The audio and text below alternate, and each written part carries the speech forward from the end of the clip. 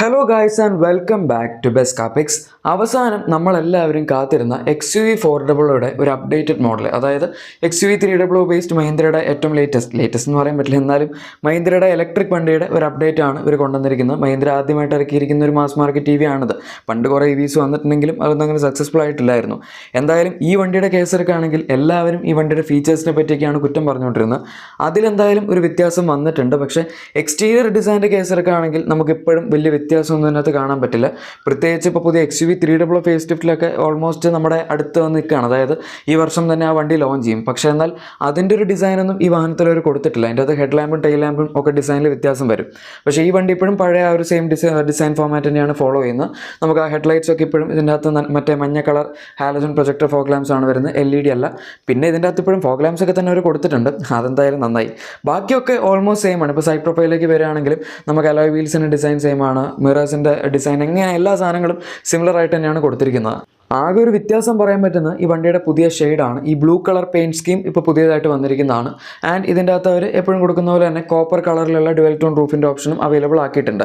അതിപ്പോഴും ഈ വണ്ടിയിലുണ്ട്, പണ്ടും ഉണ്ടായിരുന്നു, അതെടുത്ത് കളഞ്ഞിട്ടൊന്നുമില്ല. പിന്നെ നിങ്ങൾക്കറിയാം ഇതിൻ്റെ മുകളിൽ നമുക്ക് ഷാർക്ക് ഫിൻ ആൻറ്റിന ഉണ്ട്, അതുപോലെ തന്നെ സൺറൂഫ് ഉണ്ട്. ആ സംഭവങ്ങളൊക്കെ തീർച്ചയായും ഈ വാഹനത്തിൽ അവൈലബിൾ ആണ്.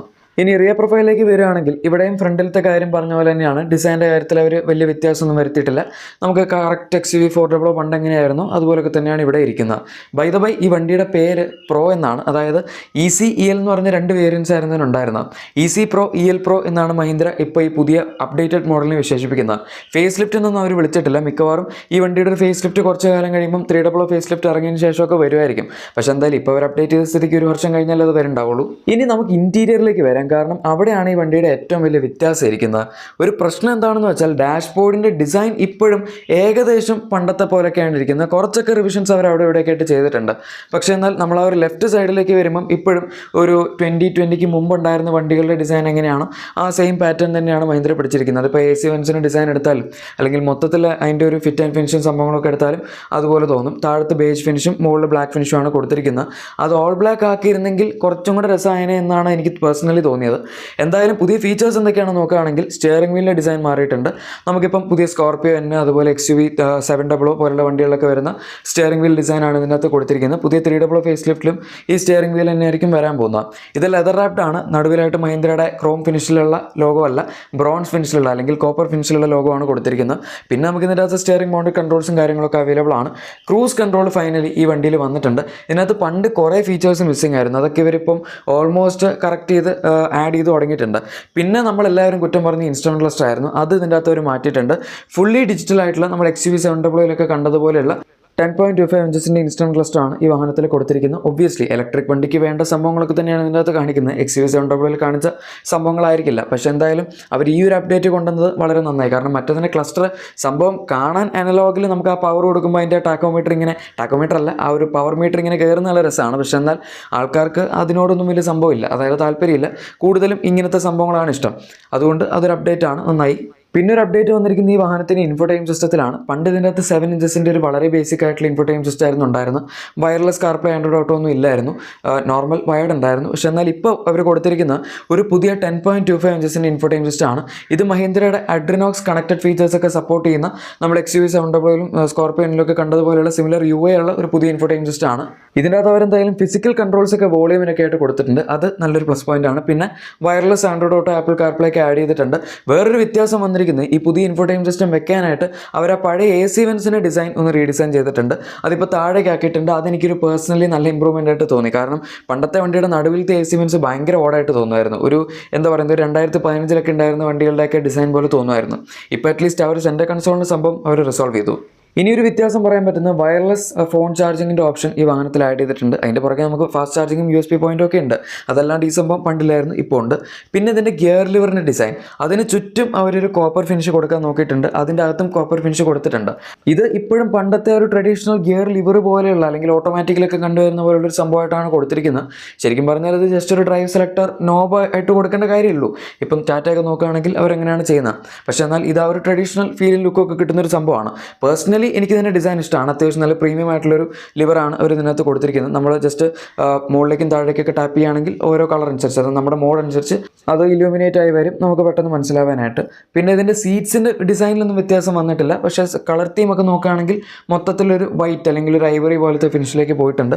പിന്നെ ബാക്കിൽ ആംബ്രസ്റ്റ് 3 പോയിന്റ് സീറ്റ് ബെൽറ്റ്സ് സാധനങ്ങളൊക്കെ ഇതിനകത്ത് പണ്ടേ ഉണ്ടായിരുന്നു. അതുപോലെ തന്നെ ബാക്കിൽ 3 അഡ്ജസ്റ്റബിൾ ഹെഡ് റെസ്റ്റുകളും പണ്ടേ ഉണ്ടായിരുന്നു. ISOFIX സൈഡ് സീറ്റ് മോഡ്സ് ഒക്കെ ഉണ്ട്. പക്ഷേ ലേറ്റസ്റ്റ് ആയിട്ട് ഇതിനകത്ത് വന്നിരിക്കുന്ന ഒരു സംഭവം റിയർ AC വെൻസ് ആണ്. അത് ഈ വണ്ടിയിൽ പണ്ടില്ലായിരുന്നു. അതൊരു ഭയങ്കര വലിയ മിസ്സായിരുന്നു. കാരണം ഇതിൻ്റെ താഴത്തെ സെഗ്മെൻറ്റിലുള്ള ഇഷ്ടംപോലെ വണ്ടികളിൽ വരെ ഉള്ള, എന്നാൽ ഈ വണ്ടിയിൽ ഇല്ലാത്ത ഒരു സംഭവമായിരുന്നു അത്. പിന്നെ അത് അവരിപ്പോൾ കൊണ്ടുവന്നപ്പോഴാണെങ്കിലും ഒരു ആഫ്റ്റർ തോട്ടായിട്ടും തോന്നുന്നില്ല. അത്യാവശ്യം നീറ്റായിട്ടാണ് അത് ഡിസൈൻ ചെയ്തിരിക്കുന്നത്. ഈ സംഭവം XUV 300 ഫേസ് ലിഫ്റ്റിലും വരും. ബാക്കി ഫീച്ചേഴ്സ് എടുക്കുകയാണെങ്കിൽ പുഷ് ബട്ടൺ സ്റ്റാർട്ടൊക്കെ ഇതിനകത്ത് ഓൾറെഡി ഉണ്ടായിരുന്നു. ഓട്ടോ ഡിമിങ് IRVMs ഉണ്ട്. പിന്നെ ഡ്യുവൽ സോൺ ഓട്ടോ ACP വണ്ടിയിൽ ആഡ് ആയിട്ടുണ്ട്. ഇത് XUV 300 പണ്ടേ ഉണ്ടായിരുന്നു. പക്ഷേ എന്നാൽ ഈ വണ്ടിയിൽ മഹീന്ദ്ര ഇപ്പോഴാണ് കൊണ്ടുവരുന്നത്. ഈ വണ്ടി ഇറങ്ങിയ സമയത്ത് ഇതിനകത്ത് മാനുവൽ AC ആയിരുന്നു ഉണ്ടായിരുന്നത്. അതെന്തായാലും ഭാഗ്യത്തിന് മാറി. ആൻഡ് AC ആ ഒരു കൺട്രോൾ പാനലും ഒരു മൊത്തത്തിലൊന്ന് മാറ്റിയിട്ടുണ്ട്. അത് മൊത്തം ഗ്ലോസി ബ്ലാക്ക് ഫിനിഷിലേക്കാണ് വരുന്നത്. കാണാനും വലിയ കുഴപ്പമില്ല. ബാക്കി ഫീച്ചേഴ്സിൻ്റെ ലിസ്റ്റ് ഞാനിപ്പോൾ നിങ്ങൾക്ക് ഡീറ്റെയിൽ ആയിട്ട് കാണിച്ചു തരാം. നിങ്ങൾക്ക് എന്തൊക്കെ വേരിയൻസിൽ എന്തൊക്കെ ഫീച്ചേഴ്സാണ് ഉള്ളത് നോക്കാം. EC Pro, EL Pro ഞാൻ പറഞ്ഞല്ലോ, 2 വേരിയൻസ് ആണ് ഇതിനകത്ത് വരുന്നത്. ഇതിനകത്ത് നമുക്ക് ബാറ്ററി കൺഫിഗറേഷൻസും ആക്ച്വലി 2 ടൈപ്പിലുണ്ട്. EC Proയിൽ ഒരു 34.5 kWh ബാറ്ററി പാക്ക് മാത്രമേ വരുന്നുള്ളൂ. അതിൻ്റെ അകത്ത് ബിഗർ ബാറ്ററി പാക്കിൻ്റെ ഓപ്ഷൻ ഇല്ല. പക്ഷേ എന്നാൽ നമുക്ക് EL Proൻ്റെ അകത്ത് ഒരു 39.4 kWh ബാറ്ററി പാക്ക് അവൈലബിൾ ആണ്. രണ്ടിൻ്റെയും ക്ലെയിംഡ് റേഞ്ച് നോക്കുകയാണെങ്കിൽ EC Proയിൽ വരുന്ന 34.5 kWh ബാറ്ററി പാക്ക് 375 km ആണ് ഒരു ക്ലെയിം ചെയ്യുന്നത്. ഇത് ARAയിൽ. പിന്നെ നമ്മുടെ മറ്റേ 39.4 kWh ബാറ്ററി പാക്കിൻ്റെ ക്ലെയിംഡ് റേഞ്ച് 456 km ആണ്. ആക്ച്വലി ഇതിലൊന്നും വ്യത്യാസം വന്നിട്ടില്ല. പണ്ടും ഈ സെയിം ഫിഗേഴ്സ് തന്നെയായിരുന്നു ഇതിൻ്റെ അകത്ത് ഉണ്ടായിരുന്നത്. ആകെ വ്യത്യാസം വന്നിരിക്കുന്ന ഈ കുറച്ച് പുതിയ ഫീച്ചേഴ്സ് അവർ ആഡ് ചെയ്തിരിക്കുന്നതിലാണ്. പിന്നെ പ്രൈസിങ്ങിൻ്റെ കാര്യത്തിൽ മഹീന്ദ്ര അത്യാവശ്യം ഇമ്പ്രൂവ്മെൻറ്റ് വരുത്തിയിട്ടുണ്ട് എന്ന് പറയാം. ഇപ്പോൾ ഇതിൻ്റെ EC Pro എന്ന് പറയുന്ന 3.3 kWh ഫാസ്റ്റ് ചാർജിങ് ഒക്കെയുള്ള 34.5 kWh ബാറ്ററി പാക്ക് വരുന്ന മോഡലിൻ്റെ എക്സ്ഷോറൂം പ്രൈസ് 15.49 lakhs ആക്കിയിട്ടുണ്ട്. അത് അത്യാവശ്യം നല്ലൊരു പ്രൈസ് പോയിൻ്റ് ആണ്. ഇതിൻ്റെ തന്നെ നിങ്ങൾക്ക് 7.2 kWh AC ചാർജർ വരുന്ന മോഡൽ വേണമെങ്കിൽ 16.74 lakhs ആണ് അതിൻ്റെ ex showroom price. 39.4 kWh battery pack വെച്ചിരുന്ന EL Pro വേരിയൻറ്റിൻ്റെ എക്സ്ഷോറൂം പ്രൈസ് 17.49 lakhs ആണ്.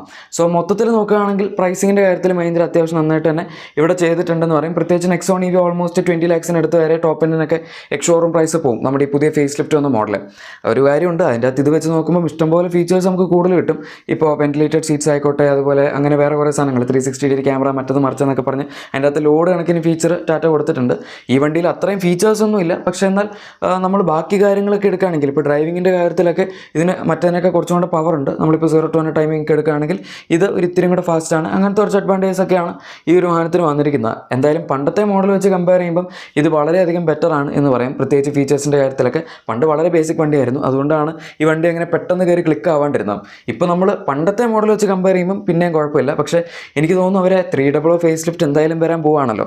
അപ്പോൾ പിന്നെ അതിൻ്റെ എക്സ്റ്റീരിയർ ഡിസൈനും കൂടി ഇതിൽ കൊടുത്തിരുന്നെങ്കിൽ നല്ലതായിരുന്നു എന്ന്. എനിവേ, ഇതാണ് നമ്മുടെ പുതിയ മഹീന്ദ്രയുടെ XUV 400 അപ്ഡേറ്റഡ് മോഡൽ. വീഡിയോ ഇഷ്ടപ്പെട്ടെങ്കിൽ ലൈക്കും സബ്സ്ക്രൈബും ഷെയറും ഒക്കെ ചെയ്തേക്കാം. നമുക്ക് മറ്റൊരു വീഡിയോയിൽ കാണാം. Thank you for watching my video and good bye.